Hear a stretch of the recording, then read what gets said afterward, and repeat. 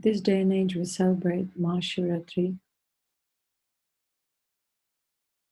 as an event which is dedicated to a certain entity, to a certain deity,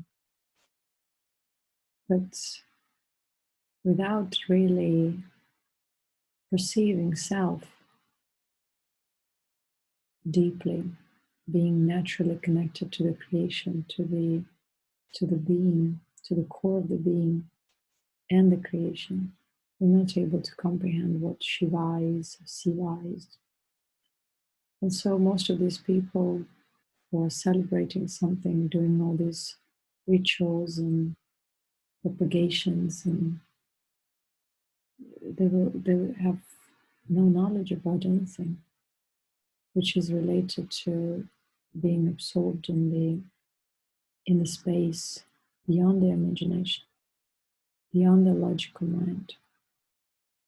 And that's why we have true spirituality which is almost inexistent, and we have all this false spirituality, pursuits like rituals and propagations and all other kind of acts of worship, religious acts.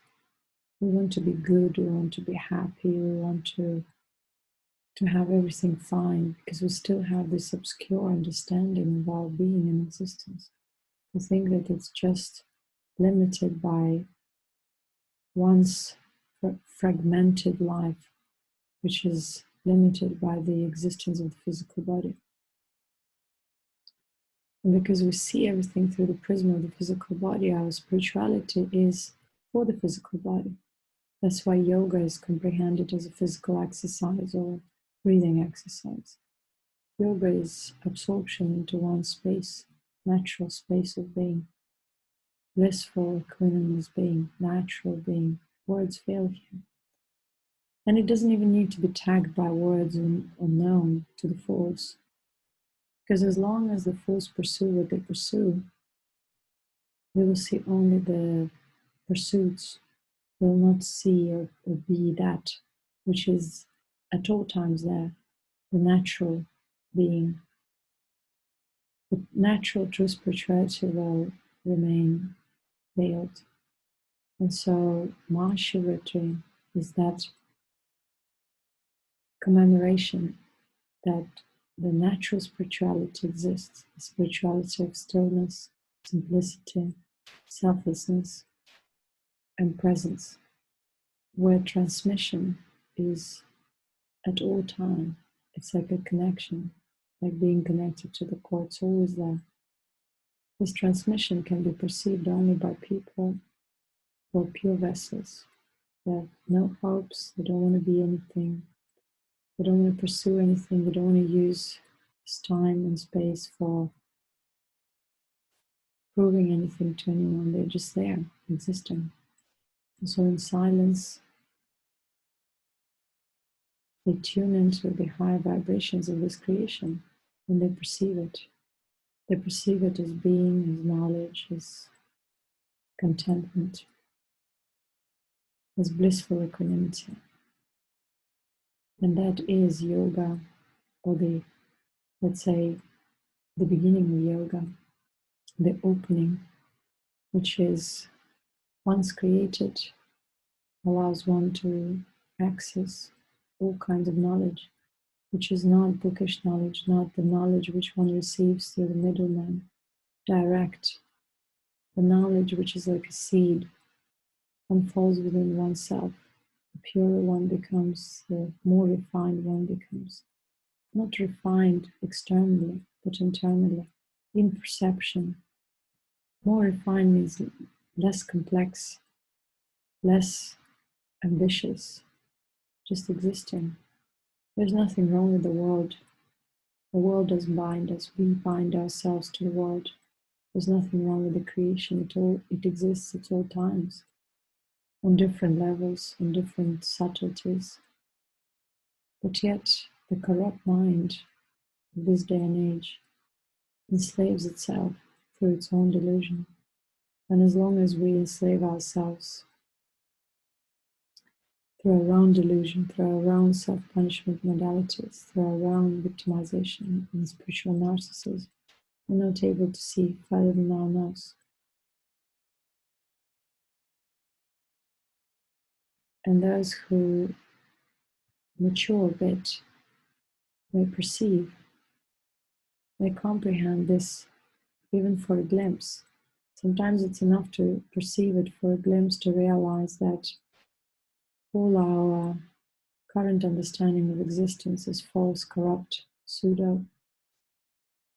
And from that moment on, we start searching and cultivating that which is there at all times. The space is there at all times. Shiva, the ultimate being, is there. Awareness is there at all times. Whether the limited mind is aware or not, whether the limited mind accepts it or not, it is there at all times. And that's the truth, and that's the being, and it's not separate. That's why it's called Satchitanand in Sanskrit. It's the attempt to explain that which is inexplainable but so simple, so obvious and so subtle, so clear and so obscure for the fools. The fool is the one who complicates one's own creation through foolish ambitions and all kinds of erratic actions. Such beings create meaning to life, meaning to everything they do in this world, without really understanding the essence of their existence. But that's right, because they have their own time for that.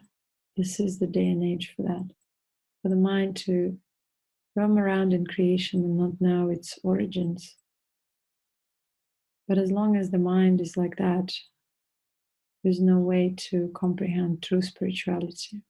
And that because of that, the true spirituality will remain veiled, even though it is there at all times. And that's where fools will start creating towers and temples and explanations and write and rewrite someone else's experiences and practice and exhaust their body and exhaust their mind without any success. May the blessing of the true spiritual knowledge, which is self-born, be there upon everyone. And we mature to the point to realize that spirituality is a presence, it's a being, and that's it.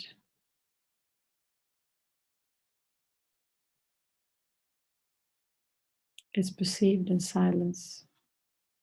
It's born out of silence and subsides into silence.